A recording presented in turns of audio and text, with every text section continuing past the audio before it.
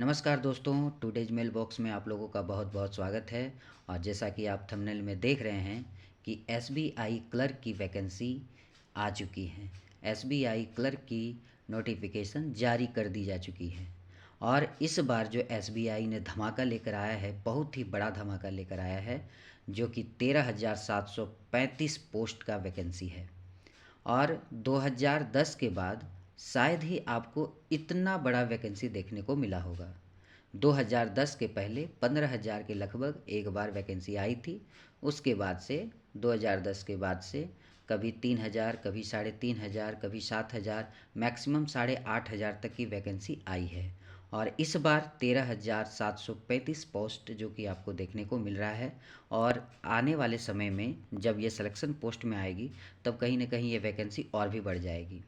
तो आज हम इस वीडियो में जो है आपको बताना है आप लोगों को कि क्या क्या इसमें एलिजिबिलिटी रहेगी, क्या क्या आपको जो है इसमें कवर करना है, कितना प्री में कितने क्वेश्चन रहते हैं, मेंस में कितने क्वेश्चन रहते हैं, वो सारा चीज़ का जानकारी आपको यहाँ पर देने वाले हैं। तो आप लोग हमारे वीडियो में बने रहें और हमारे चैनल को लाइक और सब्सक्राइब ज़रूर कर दें ताकि इस तरह का इन्फॉर्मेशन हम आपको और भी आगे दे सकें। तो चलिए हम लोग वीडियो को स्टार्ट करते हैं और समझते हैं शुरू से कि एसबीआई क्लर्क की वैकेंसी में क्या ऐसा महत्वपूर्ण सूचना दिया गया है। ठीक है, तो सबसे पहले हम लोग यहाँ पर देखते हैं कि एसबीआई का जो पोस्ट है इसमें आपको जनरल वालों के लिए 5,870 पोस्ट दिया गया है और ओबीसी वालों के लिए 3,000 का पोस्ट दिया हुआ है, जो कि पिछले 2-3 सालों में 3-3,500 ही वैकेंसी हुआ करती थी। इस बार तो सिर्फ ओबीसी में ही 3,000 पोस्ट है, जनरल में 5,870 पोस्ट है और टोटल पोस्ट आप लोग देख रहे हैं यहाँ पर 13,735 पोस्ट दिया गया है। और जिसमें से आपको जितने भी हैंडीकैप फिजिकल हैंडीकैप हैं वो सारा पोस्ट को अलग रखा गया है। ठीक है, बैकलॉग जो वैकेंसी है उसको भी अलग रखा गया है। ये सिर्फ आपका रेगुलर वैकेंसी है 13,735। ठीक है, ये रेगुलर वैकेंसी है। तो अब आगे बढ़ते हैं। तो 13,735 पोस्ट आपको इस बार दिया गया है और इसके लिए आपको जो एसबीआई क्लर्क का वैकेंसी आप भरेंगे उसके लिए आपको क्या पास होना चाहिए वो आपको देख लीजिए। आपको एलिजिबिलिटी में चाहिए ग्रेजुएशन का अपियरिंग होना चाहिए। यदि आप लास्ट सेमेस्टर में हैं, ग्रेजुएशन का लास्ट सेमेस्टर में हैं या आपकी ग्रेजुएशन कंप्लीट हो चुकी है तो आप इस फॉर्म को भर सकेंगे। ठीक है, यदि आप अपियरिंग में हैं, अपियरिंग बोलने का मतलब है अभी जो है ग्रेजुएशन चल रहा है वो आपका 8 सेमेस्टर होता है, 4 साल का ग्रेजुएशन हो चुका है। तो यदि आप 8वां सेमेस्टर में हैं तो आप अपेयरिंग के तौर पर इसको भर सकते हैं। ठीक है, या तो फिर आप ग्रेजुएशन पास होंगे तो भी भर सकते हैं। और उसके लिए ऐसा कोई नहीं है, आप आर्ट्स से भी पास किए हुए हैं, कॉमर्स से भी पास किए हुए हैं या तो साइंस से भी पास किए हुए हैं तो भी आप इस वैकेंसी को भर सकते हैं, इसमें कोई दिक्कत नहीं है। ठीक है, तो चलिए आगे बढ़ते हैं। फिर आगे क्या दिया हुआ है, इम्पॉर्टेंस डेट दिया हुआ है। आप यहाँ देख सकते हैं कि जो आपका बिगनिंग है, एप्लीकेशन का बिगनिंग जो किया गया है, जो स्टार्ट होने वाला है फॉर्म भरने का डेट, वो आपका क्या है 17/12/2024। 17/12/2024 से आपका एसबीआई क्लर्क का जो फॉर्म है वो ऑनलाइन भराना शुरू हो जाएगा और लास्ट डेट दिया गया है 7/1/2025 तक। ठीक है, मतलब 7 जनवरी 2025 तक आप इस फॉर्म को भर सकते हैं। ठीक है, इसमें और इम्पॉर्टेंट डेट क्या दिया हुआ है, इसमें लिखा हुआ है कि आपका जो प्री का एग्ज़ाम होने वाला है, प्री मतलब एसबीआई क्लर्क का फेज़ 1 का जो एग्ज़ाम होने वाला है वो आपका कब होगा, यहाँ पर टेंटेटिव डेट दिया रहता है, वो आपका फरवरी में दिया हुआ है। यानी कि अभी दिसंबर चल रही है, दिसंबर का अभी 10 से 12 दिन बचा हुआ है, जनवरी पूरा बचा हुआ है और फरवरी लास्ट में आपको एग्ज़ाम देखने को मिल सकता है, या तो फरवरी मिडिल में जो है आपको देखने को मिल सकता है। तो आपके पास मैक्सिमम 2 महीने का टाइम है। इस 2 महीने के अंदर आप बहुत अच्छे से तैयारी कर सकते हैं। जो थोड़ा बहुत पहले पढ़े हैं उनके लिए तो काफ़ी अच्छा है और जो एकदम नया फ्रेशर स्टार्ट कर रहे हैं उनके लिए भी पॉसिबल हो सकता है यदि वो अधिक समय दे रहे हैं अपने पढ़ाई में तो।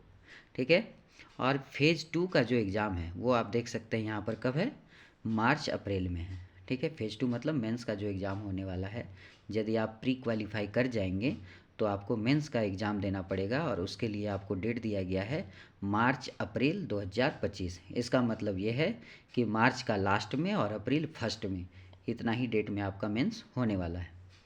तो आपको इस फॉर्म को भरने के लिए आपको जो फ़ी लगने वाला है, जो आपको पे करना है, वो जनरल, ओबीसी और ईडब्ल्यूएस, ये सभी के लिए कितना है, 750 रुपये। ठीक है, जनरल, ओबीसी और ईडब्ल्यूएस के लिए 750 रुपये पे करना पड़ेगा, जो कि ऑनलाइन यूपीआई के थ्रू से या तो कार्ड के थ्रू से आप ऑनलाइन भरते समय आप पे कर सकते हैं। ठीक है, और एससी, एसटी और फिजिकल हैंडीकैप के लिए कोई भी यहाँ पर फ़ी नहीं लिया जाएगा, जीरो रखा गया है। ठीक है, आगे बढ़ते हैं। अब एज लिमिट क्या है, आपको कितने उम्र तक रहेंगे तब जाके आप इस फॉर्म को भर सकते हैं। तो इसके लिए उम्र का जो सीमा रखा गया है, वो आपका मिनिमम एज है वो है 20 साल। आप 20 साल से कम उम्र के नहीं होना चाहिए, और 28 वर्ष। ठीक, अधिकतम जो आयु है वो 28 वर्ष है, और मिनिमम जो आयु है वो 20 वर्ष है। ठीक है, और 28 वर्ष किन लोगों के लिए है, जो जनरल कैटेगरी के हैं। ओबीसी वालों के लिए 3 साल का यहाँ पर छूट मिलेगा, और एससी एसटी वालों के लिए भी 5 साल का छूट मिलेगा। तो जो भी रूल लिखा हुआ है रिलैक्सेशन के लिए, एज रिलैक्सेशन के लिए, वो आपको इसमें फॉलो करेगा। ठीक है, अब आगे बढ़ते हैं कि हम लोग को प्री के एग्ज़ाम में कौन सा पोर्शन कितना आने वाला है। ठीक है, जब हम लोग फर्स्ट स्टेज का एग्ज़ाम देंगे, फेज 1 का एग्ज़ाम देंगे, तो उसमें हम लोग को क्या क्या आने वाला है एग्ज़ाम में। तो यहाँ पर देख सकते हैं, जो जनरल इंग्लिश है, इंग्लिश लैंग्वेज की जो क्वेश्चन होती है वो कितनी होती है, 30 क्वेश्चन।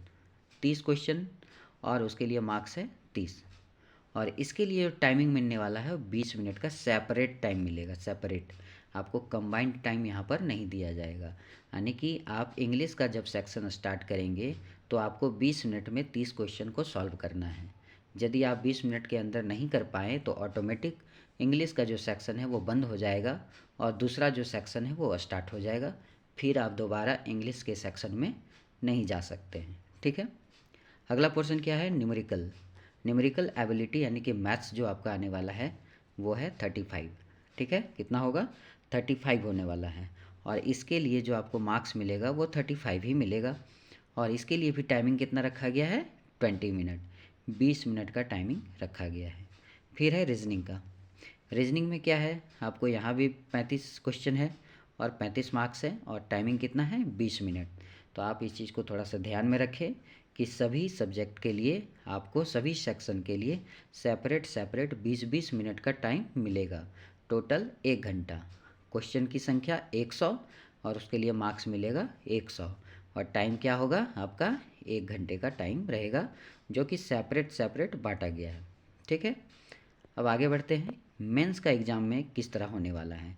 मेंस का जो एग्ज़ाम होगा, उस मेंस के एग्ज़ाम में क्या क्या पूछा जाएगा, आपको जनरल फाइनेंशियल अवेयरनेस, यानी कि जो जनरल नॉलेज होगा, जिसमें आपको करंट अफेयर्स भी पूछा जाएगा, आपको इकोनॉमिक्स से भी पूछा जाएगा, बैंकिंग टर्म से भी पूछा जाएगा।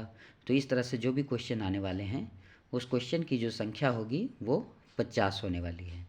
और इसके लिए भी सेपरेट टाइम दिया गया है, कितना, 35 मिनट का, 35 मिनट्स का जो आपको सेपरेट टाइम दिया गया है। और इसके लिए मार्क्स मिलेगा आपको कितना, 50।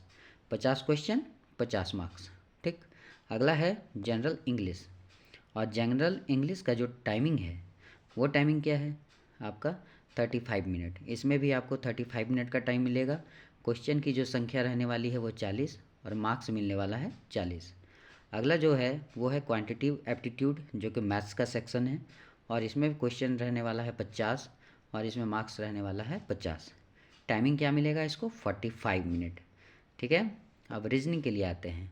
रीजनिंग में भी आपको क्वेश्चन की संख्या 50 रहेगी, और इसका जो मार्क्स है वो आपको 60 नंबर मिलेगा।